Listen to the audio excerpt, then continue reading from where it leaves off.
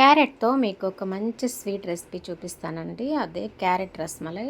దీనికోసం మనం ముందుగా క్యారెట్‌లను కట్ చేసేసి మిక్సీ పట్టుకోవాలన్నమాట. ఇదిగోండి ఇలాగ చిన్న చిన్న ముక్కలు కట్ చేసి మిక్సీ పట్టేసుకోవాలి. కొంచెం అంత ఇలాచీ పౌడరు, రుచికి సరిపడా పంచదార వేసుకోవాలి. ఎందుకంటే ఎక్కువ తినేవాళ్ళు ఉంటారు, తక్కువ తినేవాళ్ళు ఉంటారు కదా! మీరు ఎంత స్వీట్ తింటారో అంత పంచదార వేసుకోండి. కొంచెం ఇలాచీ పొడి కూడా వేసుకోండి. అది మెత్తగా మిక్సీ పట్టుకొని పక్కన పెట్టేసుకోవాలి. తర్వాత కడాయి పెట్టుకొని నెయ్యి కానీ వెన్న కానీ వేసుకోవాలి. నేనైతే వెన్న వేసాను అనమాట. మనం మిక్సీ పట్టుకున్న ఈ పేస్ట్ని వెన్నలో వేసేసి మొత్తం అంతా దగ్గర పడేలా ఉడికించుకోవాలి. ఈ లోపల మనం ఈ క్యారెట్కి సరిపడా బొంబాయి రవ్వ వేసుకోవాలి. బొంబాయి రవ్వ దగ్గర పడుతుండగా పచ్చికోవా కూడా వేసుకోవాలన్నమాట. ఇదిగోండి ఇదంతా కలిపేసి మిశ్రమాన్ని పక్కన పెట్టేసుకొని ఒక హాఫ్ లీటర్ పాలు తీసుకొని డ్రై ఫ్రూట్స్, కుంకుమ పువ్వు, ఇలాచీ పొడి, పంచదార వేసుకోవాలన్నమాట.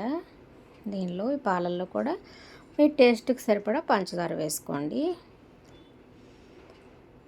ఇది మొత్తం మరిగించుకోవాలన్నమాట. కొంచెం మనం డ్రై ఫ్రూట్స్ ఇవి వేసాం కదా, కొంచెం చిక్కబడేలాగా మరిగించుకోండి.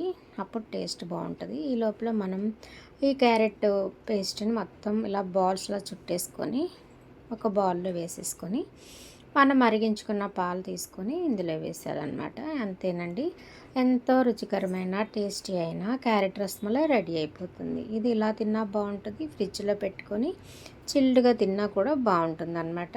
మీరు కూడా తప్పకుండా ట్రై చేయండి.